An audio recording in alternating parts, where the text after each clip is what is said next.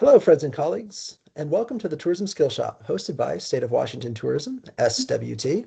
My name is Matthew Ozuna, and I am the Destination Development Manager at SWT. I will introduce today's webinar on gravel biking as a form of destination development for rural communities. Please utilize the chat function in Microsoft Teams to say hello and let us know where you are joining from today. Feel free to share your comments in the chat and use the Q&A feature as well. My colleague, Marissa Petrovich, is helping with the webinar today. She's the Industry Relations Coordinator at SWT. Marissa and I will do our best to organize and prioritize questions from the audience and bring them to the attention of the guest speakers near the end of the webinar. In case you don't know, the Tourism Skill Shop is one of many industry educational programs from State of Washington Tourism. This webinar series will engage with colleagues across the tourism sector and broaden their industry knowledge, skills, and network. Each webinar will highlight a specific issue or skill for tourism professionals to ponder and discuss with industry experts.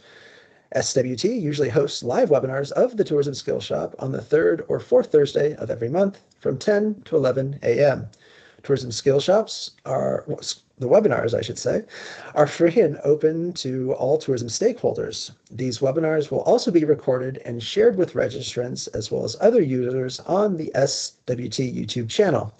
For Tourism Skill Shop and other industry updates, follow SWT on LinkedIn and visit the SWT industry website, where tourism stakeholders can sign up to become industry advocates. We will need your help this year in the legislative session, or I should say next year, and learn more about advertising opportunities with State of Washington Tourism.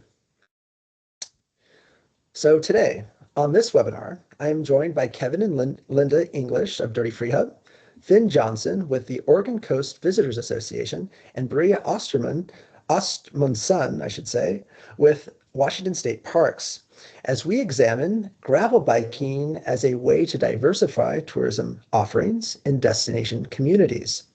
Gravel biking is growing in popularity and offers a unique blend of road cycling and mountain biking, allowing riders to explore a variety of different terrains and enjoy a different kind of biking experience. With the right planning, partnerships, and promotion, tourism stakeholders can provide curated routes and itineraries for gravel cyclists that showcase the natural assets in the area and also the scenic beauty as well as local history and culture. This webinar will also highlight the launch of the Washington State Scenic Bikeway program. I'm looking forward to that, Bry, at the end of the webinar. But first, I'm going to share my screen. I just want to give folks some context on the call about gravel cycling before I turn it over to the tourism experts. So I'm going to share a quick PowerPoint presentation on the basics of gravel biking. You'll also see some photos from a gravel biking experience that I went on Thursday, as well as Marissa. We were in the Snoqualmie Valley. Can everyone see my screen first? Marissa, Kevin, and Linda, do I look good? Bing, bing, bing. We have a winner. Okay, we have a winner. It's a little slow today, folks. Okay, so gravel biking for destination communities. Here we go. I just have 3 slides. It's a little slow. There it goes. Okay, what is gravel biking? Well, like I said, it's a combination of road biking and mountain biking, but you can kind of do all of these things, whether it's in the mountains, on the coast, on paved road. It provides cyclists with a lot of options in destination communities. So when I was riding, I wasn't going down dedicated mountain biking routes. I did a mix of an old railroad trail and paving in the Snoqualmie Valley. I liked my bike. It didn't have as many shock absorbers as I thought it would, but definitely wide tires for me and curl handlebars for a longer distance ride as opposed to a mountain bike, which is pictured here, and that was the bike Marissa used. But I like these bikes. They're, like I say, they're a jack of all trades. You can do a lot of things with them. I don't have to have a road bike, a mountain bike. When I travel the state of Washington, I just need one bike to carry with me on my car. The growth in popularity, I think it's a combination of many things. The freedom to kind of choose where and when you want to go at different or paved and unpaved routes and roads. A lot of that is thanks to advancement in bike technology, route and itineraries like the ones Kevin and Linda will talk about, but also races, popularity of races, events, and cycling groups. I also think the post-COVID outdoor boom had something to do with that. People just wanting to kind of get outside and explore. That relates to what I do, and especially my eco-conscious lifestyle. I kind of worried about my carbon footprint, so I'd love to bike not only in the city with my gravel bike, but also on logging roads or other trails. And of course, there's always a health and wellness aspect to this as well. But there's also a growing dollar amount, and you'll see that from one industry report that I found online with an annual growth rate increase of about 15%. So we're looking at $809 million in sales revenue as it relates to gravel biking in 2023. So how can destinations capitalize on this trend? Well, there's a few things. Start planning, start having these conversations with a variety of tourism stakeholders, do a tourism assessment, see what kind of resources and assets you have in your area. Kevin and Linda will kind of talk about what gravel biking looks like in certain regions in a little later, so we'll kind of go in to detail on that. I saw when I was biking in the Snoqualmie Valley, I actually saw someone bike packing. So it looked like that person was kind of camping on the Palouse to Cascade Trail.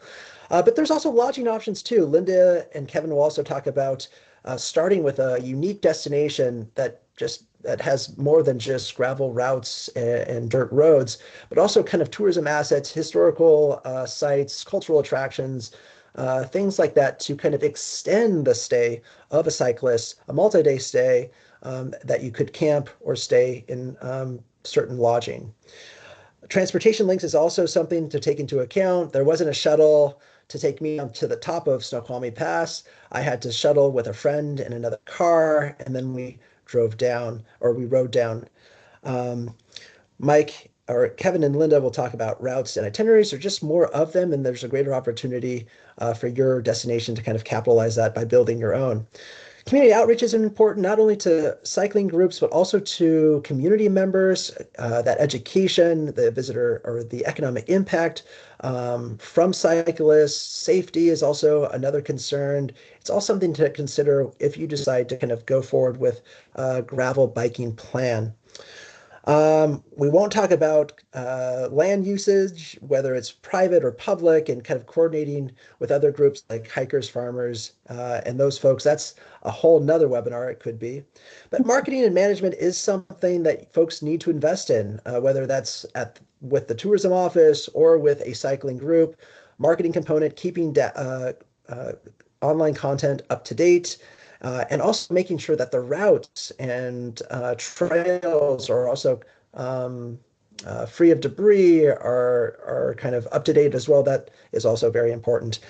And I would encourage you to kind of work with the state tourism office and other regional tourism assets to kind of tie in a larger route or a greater economic impact to gravel biking and with gravel cyclists. So like I said, folks, just a few photos of Marissa and me cycling in the Snoqualmie Valley on Monday. It was a beautiful day in the valley. It was actually raining on top of the pass. Shout out to Mike Kuntz at the Line Bike Experience in North Bend. Great place to rent a bike and either bike up into the hills or explore the valley below on what I think would be a great scenic bikeway, the Palouse to Cascade Trail. That's it for me. I'm going to turn it over to Kevin and Linda. Okay, couple things before we start. Marissa, can you double check?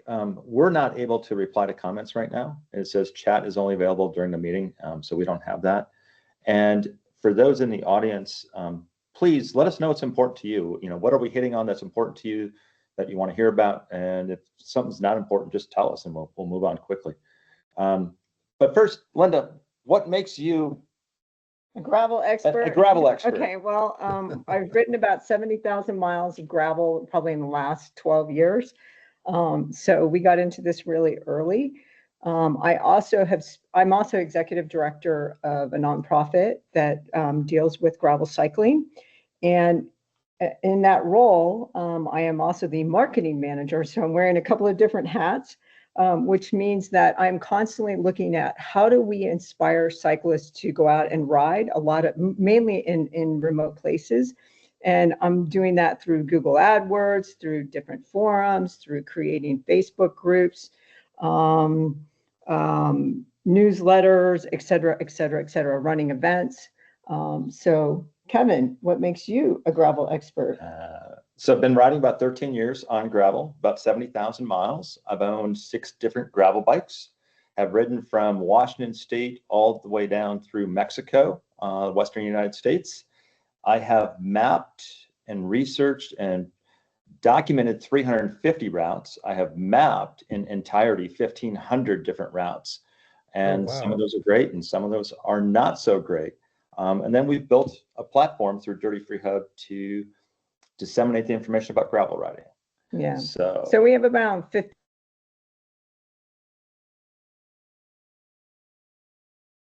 Uh-oh, did we lose Kevin and Linda? I think we did. Uh-oh. No, we're back. We're back. Good.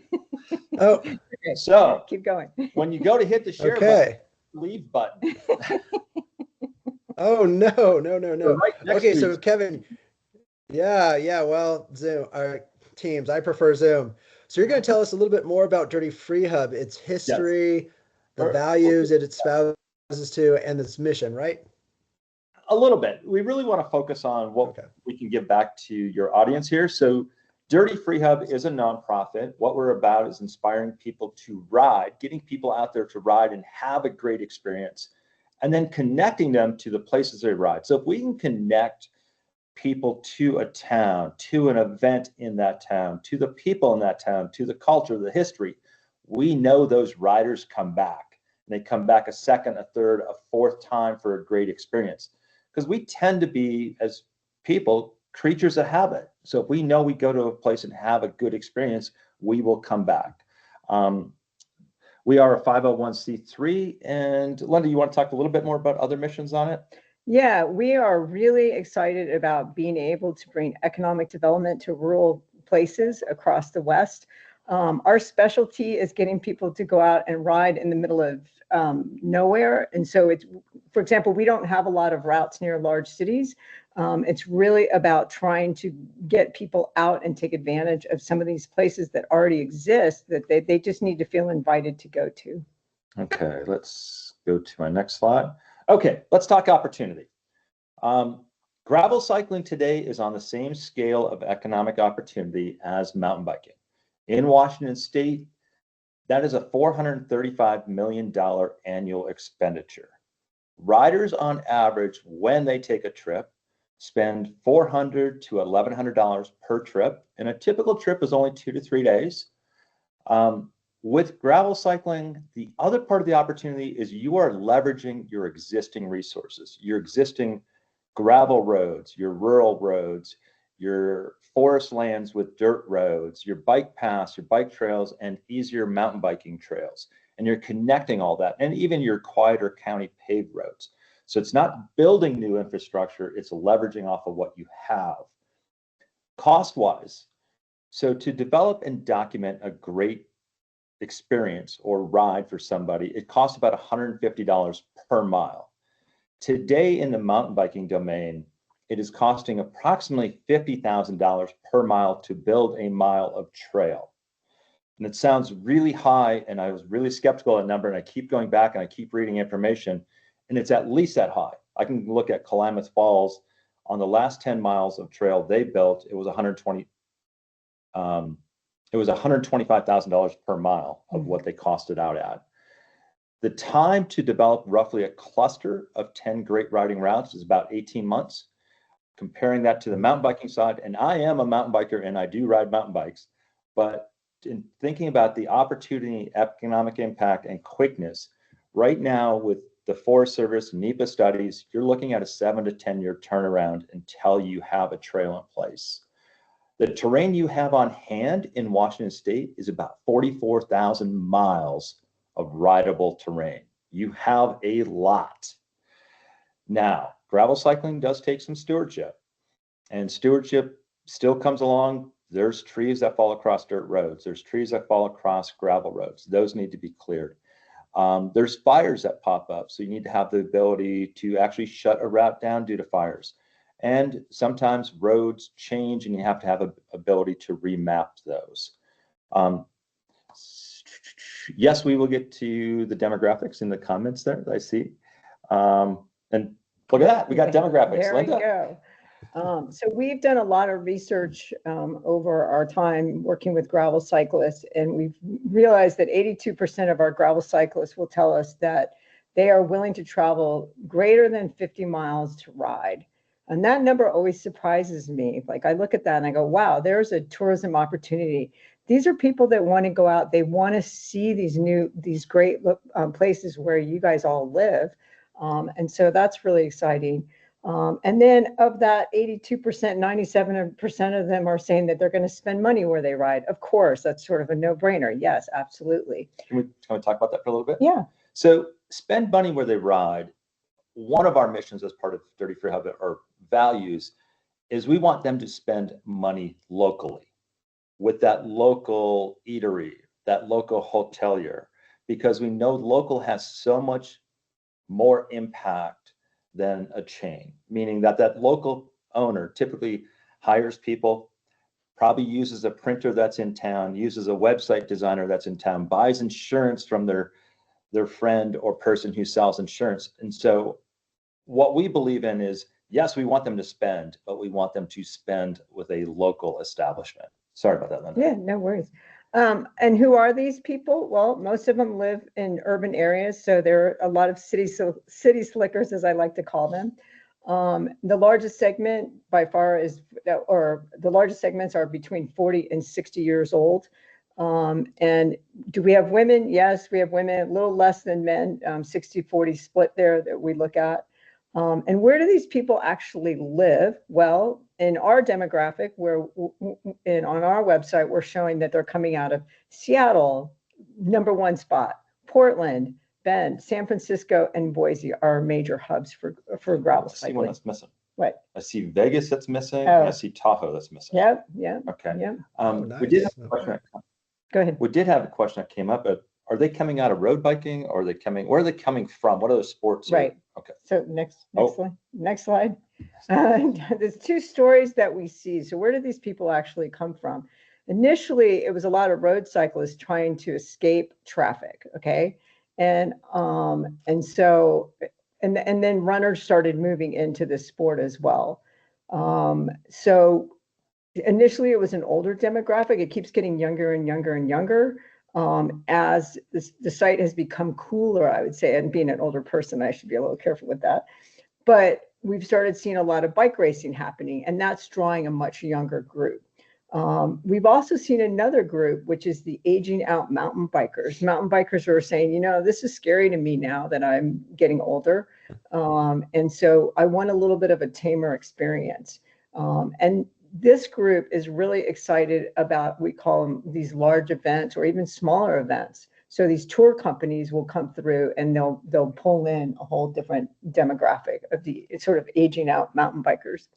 So Linda, if I mountain bike, I go for some kind of experience, and I go gravel cycling, I go for some kind of experience. What are the two different experiences? And I'm thinking one that really comes to mind for you. Really putting me on the spot there. Yeah, thinking no, social. yeah, no, for me, the interesting thing for me with gravel cycling is that it's very, very social and it's also a lot safer. So why do I like gravel cycling? Because I'm always riding with a whole mob of people and I get a chance to ride next to that person, which that doesn't happen in mountain biking, right? Because you're a single track. And so at the end of the day, you're like, okay, I didn't even talk to Jim because all I saw was the back of him for the entire time we were out there. And anytime we stopped, we got a chance to talk. When we're doing gravel cycling, I'm riding right next to that person. And so we get a chance to chat. The other thing it's really exciting for me is when they're gravel roads. First off, I can hear the traffic a lot faster, but also they're typically less traveled roads. And so there's a lot of times we'll go out for a 4-hour ride and we'll see maybe 2 cars the whole time we're out there. So that gives me a lot of opportunity to really chat with somebody else. Yeah. And part of what I'm going for is I love taking pictures. So I take pictures of flowers, I take pictures of trees, but I also get a chance to see a lot of cool birds or a lot of historic buildings. And so I'm going for that bigger experience of that culture or that wildlife or those lands around me. Yeah, it's really amazing. So I think when I think of gravel cyclists, what do they really like? They like views. Mm-hmm. They love, big forests. Forested areas are great.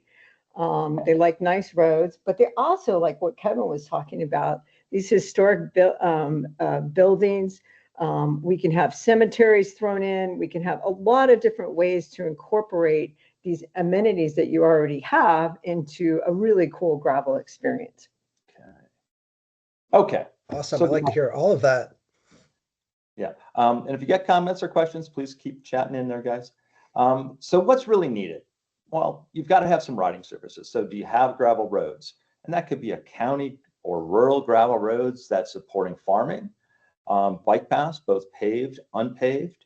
If you're next to national forest, they'll have plenty of logging roads, old mining roads, dirt roads, same thing with BLM lands. And then you can connect into easier trails and then lower trafficked county roads work well. So you're connecting a network of things. It's not just gravel's kind of a bad name for a very mixed terrain. It's really, it should be called mixed terrain, but it's not as cool. It's not cool at all. The other part that you're looking for is most cyclists are looking to do a 2 to 4 hour ride. They're not looking to do an 8 to 12 hour ride. Right, majority. So you want to be anchored close to a town that's going to offer lodging, camping, restaurants, a brew pub, and events. So you want to tie those two things together, because when I get off the bike and Linda still wants to be social and she wants to talk to her friends and drink a beer or two, that works great. You're also, the other part you're looking for in the micro is, do I have anchor points? Do I have rivers? It's really easy to talk about rivers and the cool features they offer, or forests in terms of what trees do we have.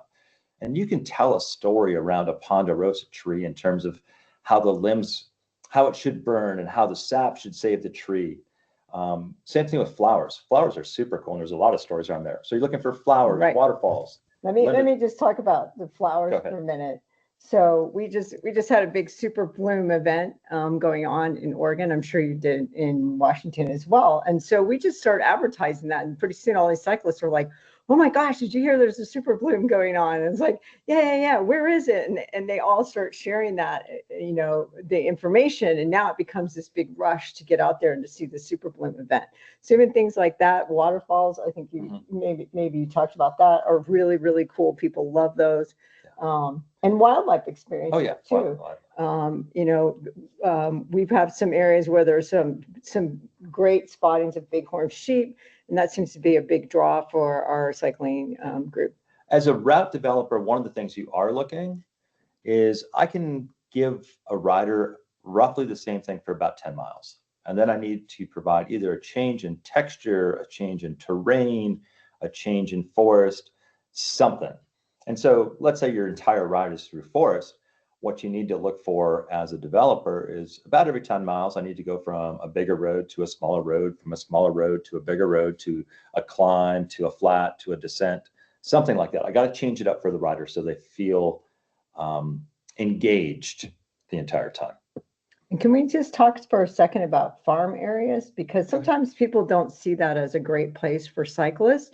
And what we have seen, especially in Baker City, for example, a big farming area, and our cycling community absolutely they love to hear the stories about the potato farms in Baker City.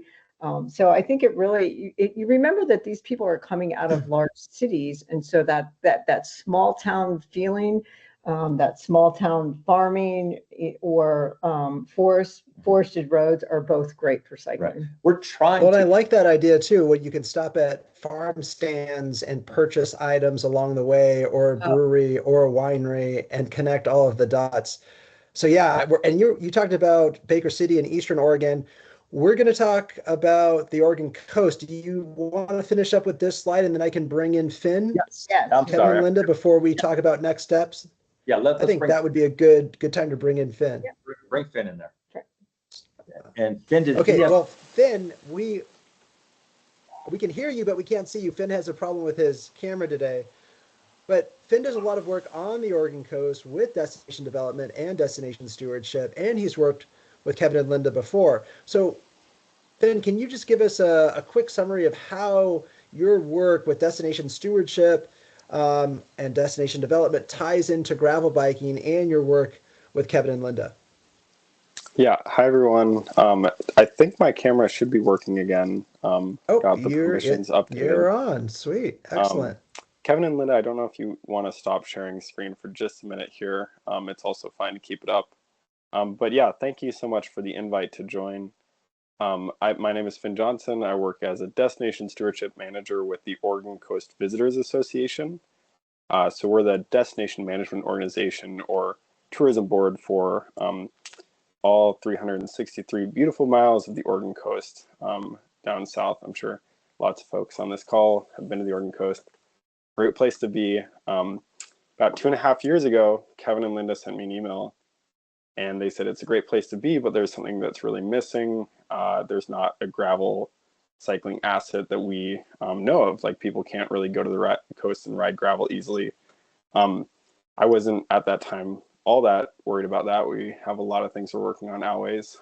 We've been investing pretty heavily in mountain biking for a while. There's water trails, there's a lot of different destination assets. And over the course of about 6 months, Linda and Kevin sort of wore me down. Not really, they were pretty convincing right away, but you know, they made a really strong case for there being a really big market and a growing market for gravel. And they made a really strong case for the return on investment.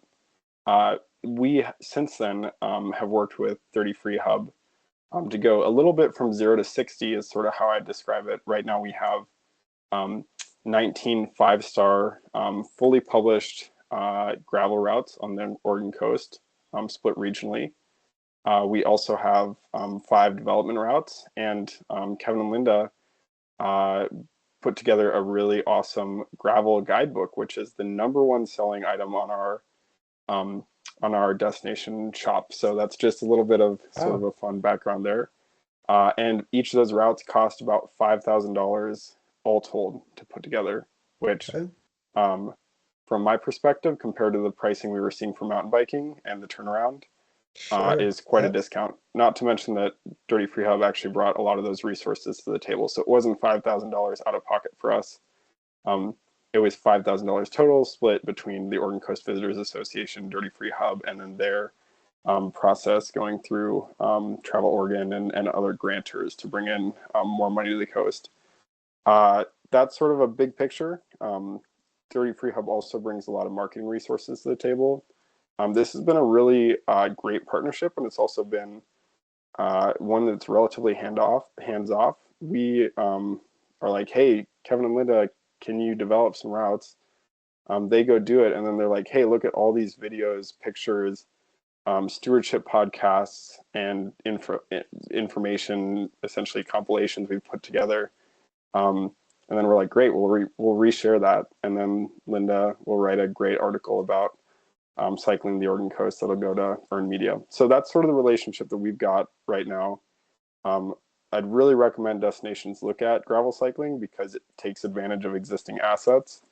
What they did was map logging roads and gravel roads, and mapped with also the right amount of stewardship messaging around, hey, logging trucks are real. Make sure you're off the road if you hear them or see them. Here's what you need to know about permitting on private land, etc. Those sorts of things are really helpful. And just the last thing I'll say from a tourism management perspective, we have been really trying to push our shoulder seasons. Gravel is more resilient than mountain biking. When a mountain biking trail gets wet, it closes down.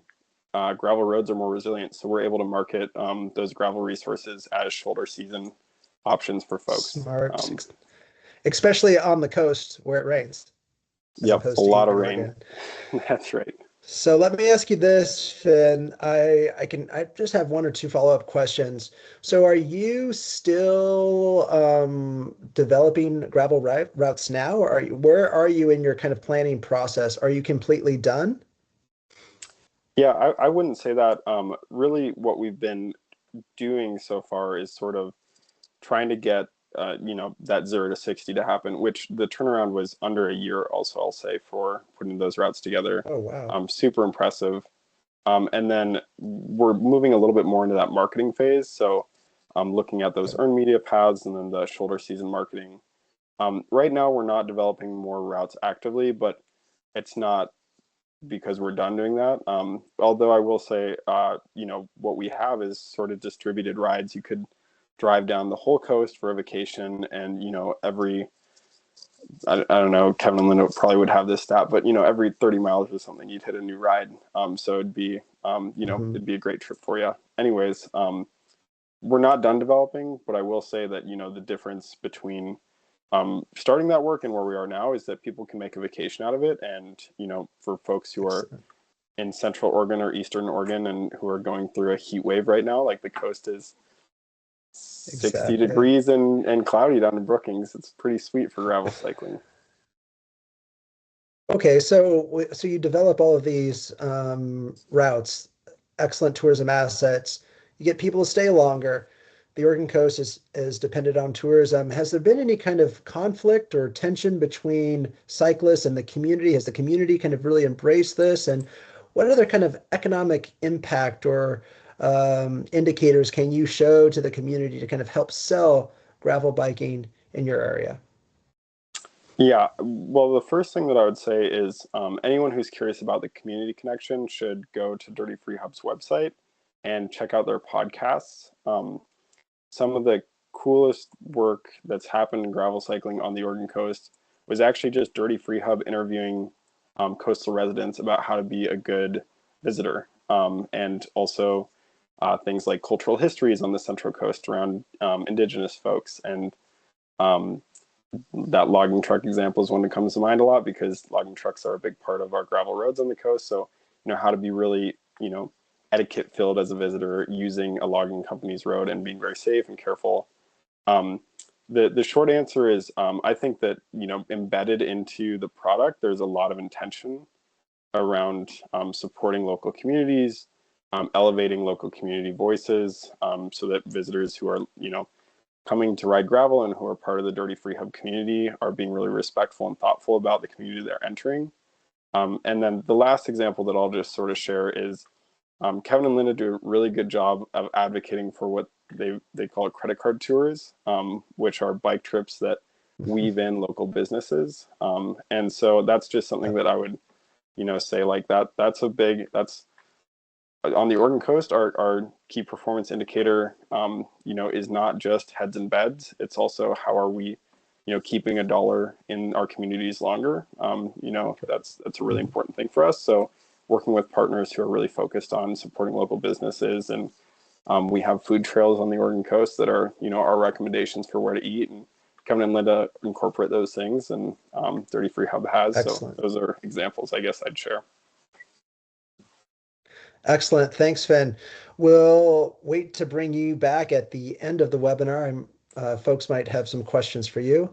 Kevin and Linda, we'll bring you back in. I'll give you 4 more minutes to wrap us up, to get people here in Washington, get them start to think about how to plan and how to meet with stakeholders and where the funding could come from. So what are the next steps? Okay. Well, first off, when I looked at people logging in, I recognized a lot of these towns and just went, oh, wow, these are just great places for gravel. So Okay. we would love Right? I got 4 minutes. So basically it's a product, just like Finn referred to, and I got to slow down. You have to have content, but if you don't have marketing, it doesn't really do anything. If you have marketing, but no content, it doesn't do anything. And then you got to have reach. So it's a product, it's a business to think about. Now, getting started, these are things to think about. And the very top one, I think, is probably is nearly the most important. What are your goals? What are you trying to achieve? And what are your measurables against those goals? And then here's a whole laundry list of things to think about. How are you going to do route development? Who's going to be that person or that expert? How are you going to document it? Who's going to be your photographer, your videographer? How are you going to publish this? What's your platform? How are you going to capture user feedback? What are you going to do with that feedback? How are you going to reach that gravel audience? How are you going to market to that gravel audience? How are you going to stewardship these routes? How are you going to have sustainability? And this is a big one. How do you keep this going year after year after year? And then last part, like Finn talked about, community education, rider outreach. How do you do that? Those are just things to think about. My slides will be, or our slides will be available for sharing out. Kind of how route building goes back to the Oregon coast. Initially, you go out, you evaluate an area, you research it, you map it, you ride it, you discover it. From that, you publish a rough outline of a route or a ride. These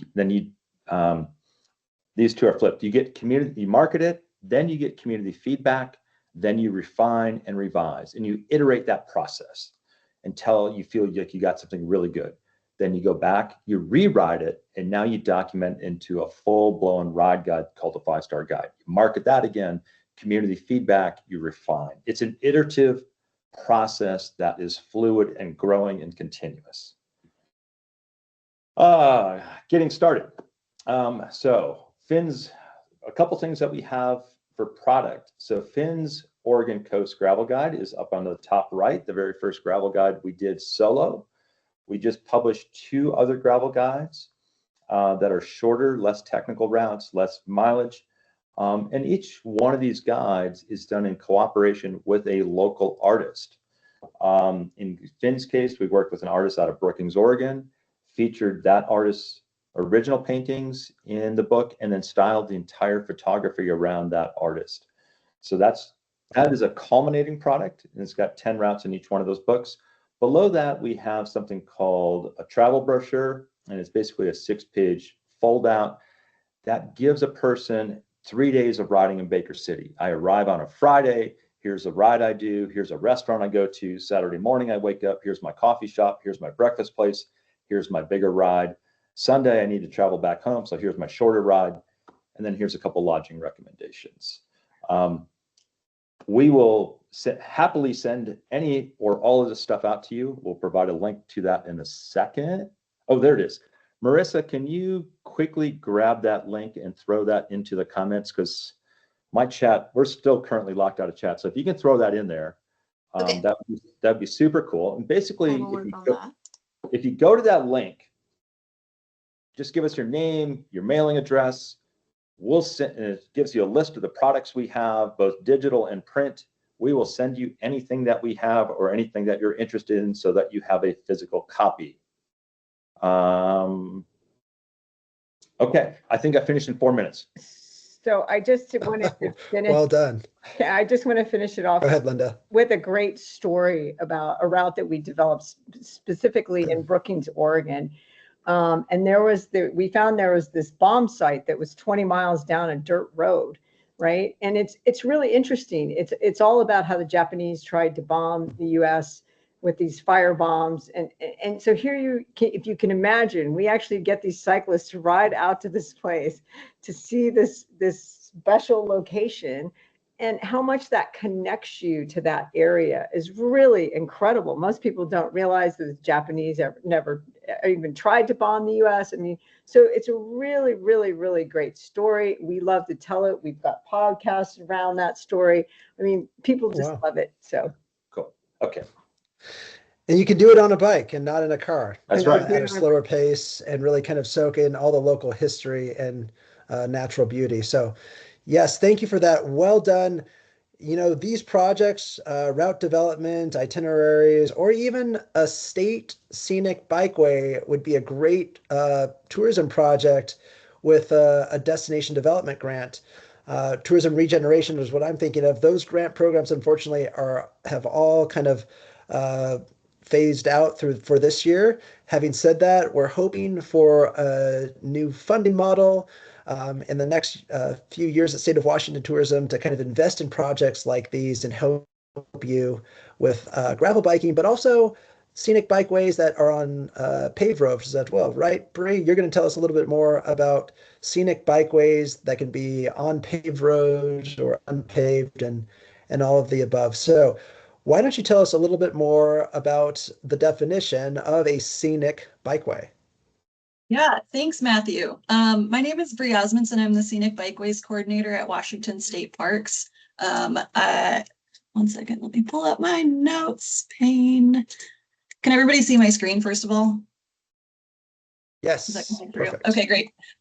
So in addition to my day job, I'm an avid cyclist, and you can often catch me talking about this or something similar on two wheels on the weekends. I want to just preface my presentation by saying the Scenic Bikeways program is not quite finished and launched yet, but we're hoping for sometime this fall for the program to go live. So to answer your question, Matt, what is a scenic bikeway? Scenic bikeways can be comprised of existing bicycle paths, multi-use trails, roadway facilities, or trail facilities, such as those managed by the State Parks Commission, like the Palouse Cascades Trail or the Willapa Hills Trail, which is where that first photo was from. So scenic bikeways have exceptional scenic, cultural, historic, or recreational value. These were some of the elements that Linda was talking about. You know, folks really want to go see a waterfall. They really want to go learn something interesting about the place that they're visiting. The Scenic Bikeways program also is meant to encourage local economic development, especially in some of these rural places in small towns, you know, get people off the beaten path a little bit, do a little bit more in-depth exploration. And scenic bikeways can be on gravel or paved surfaces. Like a scenic byways program, I think we have someone here from the Selkirk Loop. You know, a scenic bikeway is meant to become a destination unto itself. It is a place that people take a trip to go see, to go experience. You know, in contrast to like a WashDOT or like a USBR or an adventure cycling route that's meant to get you from point A to point B in an efficient manner. This might be a loop. It's meant to be scenic. You know, you go there to do the biking, not necessarily to get from one place to the other. Yes, well said. I think that's very important distinction. Okay, so we're ready to talk about the actual program. We've modeled, the program here in Washington State was modeled off a similar program in Oregon, correct? Yeah, totally. So this program became a program through a state law called RCW 79A05800. That sounds pretty boring to most people, but the cool things about it are that this program was placed within state parks purview through my position. So I'm here to provide coordination among different jurisdictions. You know, these routes could be on county roads, city park managed trails, potentially DNR or logging land, whoever gives us permission really to develop a route that includes their facilities. So I'm here to help coordinate that between probably DMOs having a role in this, as well as all these agencies. So Oregon has done a lot of things really well, and so we're looking to them as a model. They started their Scenic Bikeways program in about 2008. They've got 18 routes now over the past 17 years. And in the lower left corner, you can see some lessons that we've learned from them. They found that community continuity was really important. So while our law says that any individual can nominate a route, we really want somebody who's going to kind of stick around and continue to work with local businesses and like just generate excitement. Like I could do a lot of this research and development on my own, but it's really going to shine with the experience that local folks can bring to it. Excellent. So, and here's a map Okay, of then one of Oregon's longer routes. This is their Old West route. It's about 175 miles. Old West route. So 175. So yeah, Bry, did you specify the length of a scenic bikeway? No, it could be as long as a mile or two and 170 some. Hopefully a little bit longer than a mile or two, but if there are things Okay. to see, we'll consider it. I'm going to say there's no minimum, there's no maximum. Folks have a different appetite. Okay. Excellent. Excellent. Okay. So then why should tourism professionals or tourism stakeholders be interested in this? Yeah, here are a couple quick factoids that I found on the internet about the economic impacts, especially from Oregon Scenic Bikeways program. Please note that these figures are a bit old. Most of their economic research was from about like 2013 to 2015, after their program was 5 or 10 years old. But they're finding that Scenic Bikeways can generate a lot, like $12 million for the state annually. So I'd say that's quite significant.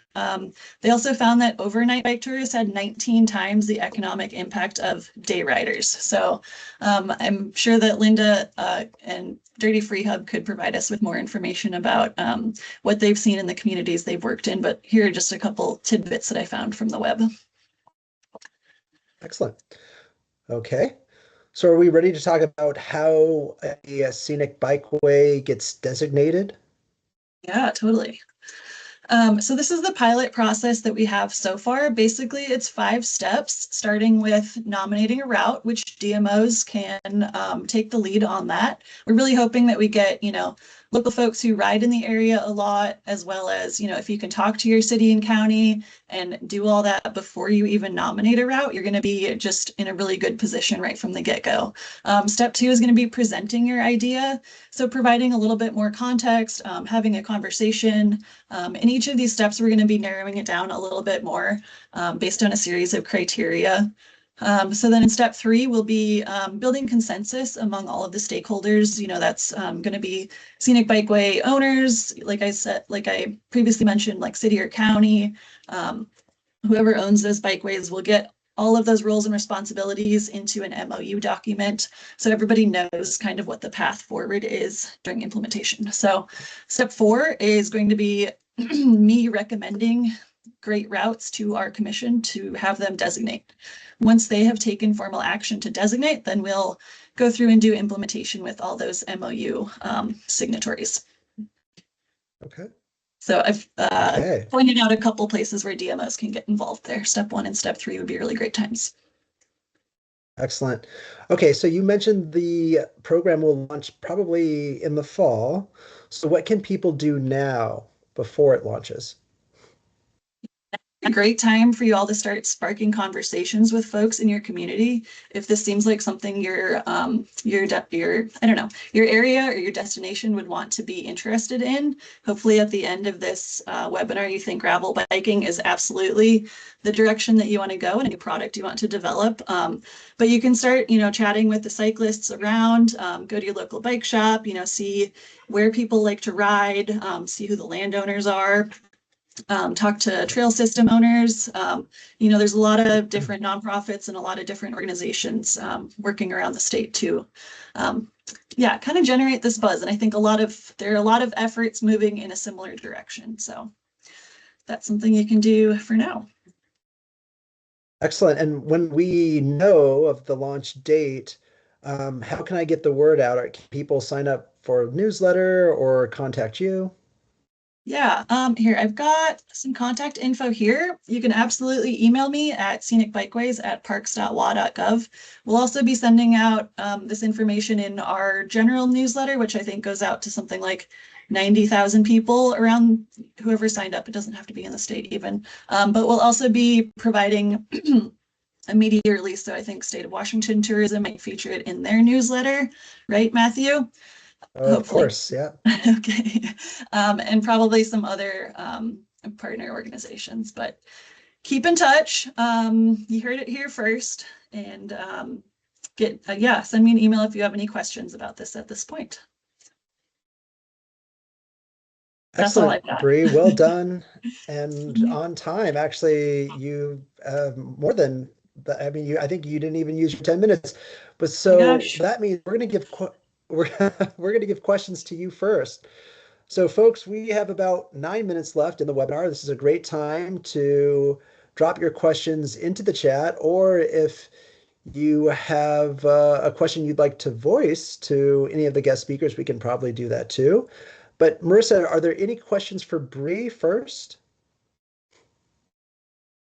Just checking. I don't think there's any specific, but if anyone wants to pop that in the chat or the Q&A, I can definitely pull it up. But there is one in the Q&A if you want me to start with that one, Matt. Sure, yeah, that's fine. Okay. So this one comes from Delaney and it says, are gravel riding groups looking for destination stays and riding opportunities? How much demand is there for destination trips for these groups? I think that's a good question for Linda and Kevin. Yeah. First off, Marissa, I sent you an email that has our link that needs to go over into the forums. Thank Yeah. you. Great. Yeah, if you can grab that. So there's that link. There's our contact information. It's a really interesting question. And what we're seeing is more and more local ride groups. So like I'm thinking Mid-Valley gravel grinders self-organizing and going to places like Camp Sherman, like Baker City.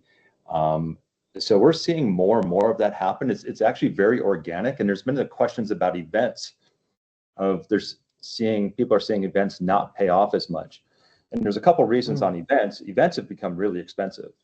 For a one-day event, your registration fees can roughly be $150. So if you travel somewhere or pay for a hotel and that, you're into it for $1,000. But what we're seeing is a lot of these smaller bike clubs self-organize, pick a couple routes and go. That's actually a really big growing trend, and especially among the younger riding base.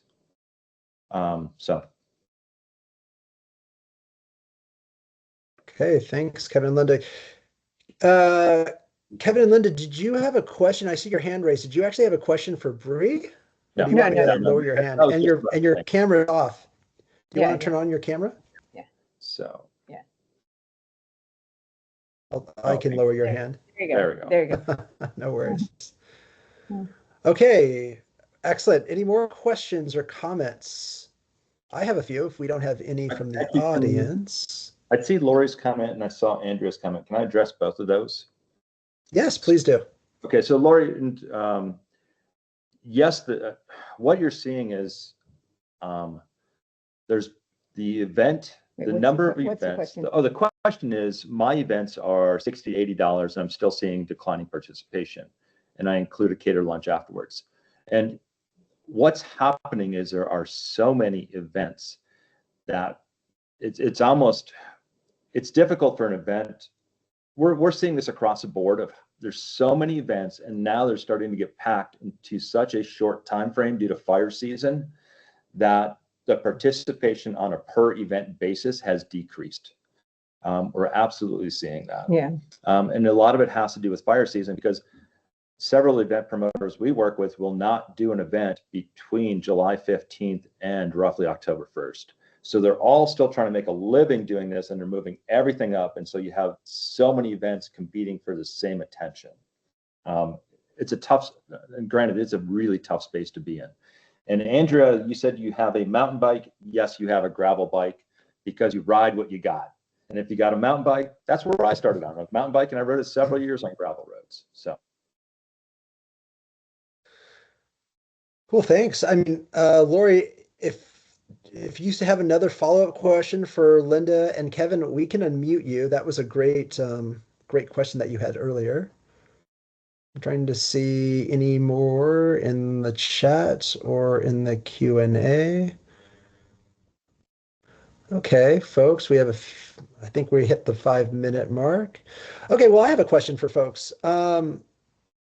Finn, you kind of mentioned this earlier. I mean, you are on the Oregon coast. You talked about seasonality, trying to get more riders in the shoulder seasons, spring and fall. You know, what do people do? I'd assume the Oregon coast is just packed peak season. I don't think you're marketing during peak season. But what about, how do you kind of market to gravel cyclists or kind of promote cycling routes during the wintertime? I mean, if I was a cyclist, I can't go riding in the mountains. That kind of forces me to the coast. Do you get some bikers in the wintertime in your neck of the woods? I can vouch that I have biked in the winter on the coast, so I'm sure that we do. I don't have great insight into how many folks came this last winter. This is a new program for us, so we're still collecting that data.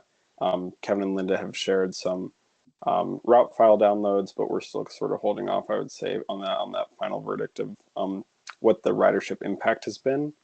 One thing that I will say is that new program, so we're still getting this will be the first shoulder season really marketing that we'll start doing this next fall. But Kevin and Linda and Dirty Freehub has been a tremendous asset for this whole program because they have a base of folks who love to ride. So by virtue of this gravel cycling development going through Dirty Freehub, because of their efforts to generate stewardship content, create guidebooks, market to their newsletter, write earned media articles, we pretty much immediately started tapping into their existing market. And just one thing on that, there's like a Oregon gravel riding Facebook group that's very popular, and Linda, I think, probably gets the top contributor accolade for that, and she's posted a bunch in there about routes on the Oregon coast.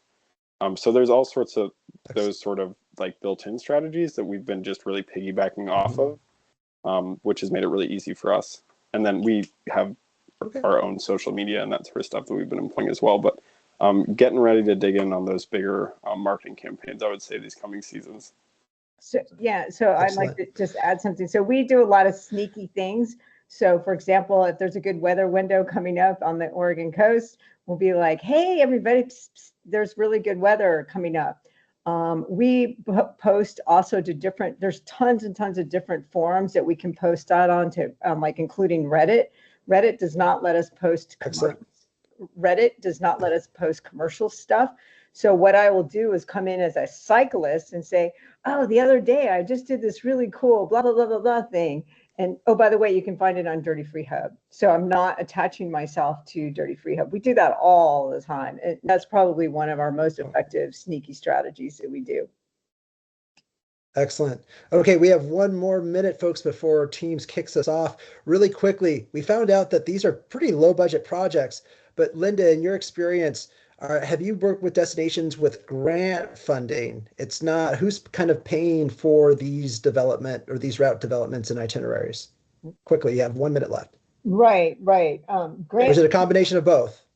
It's a combination of a whole lot of different, depends on where we're at. We've had. Actually, let me take this. Yeah, okay. It depends on what we've already explored in a region and how much content we have developed but not published. And then, so it could be us coming to the table with a lot of content and not a lot of cost associated with that content. Or it could be if we're going into a region brand new, it's different.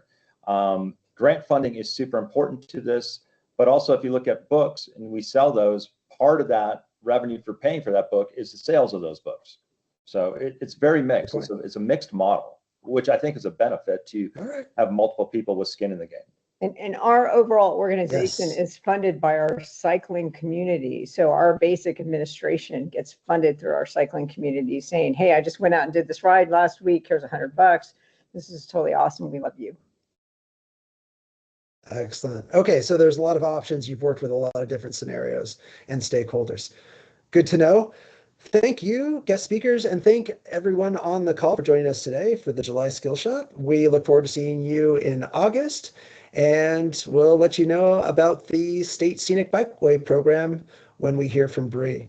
So take care. See you again soon. Thanks, everybody. Thank you all.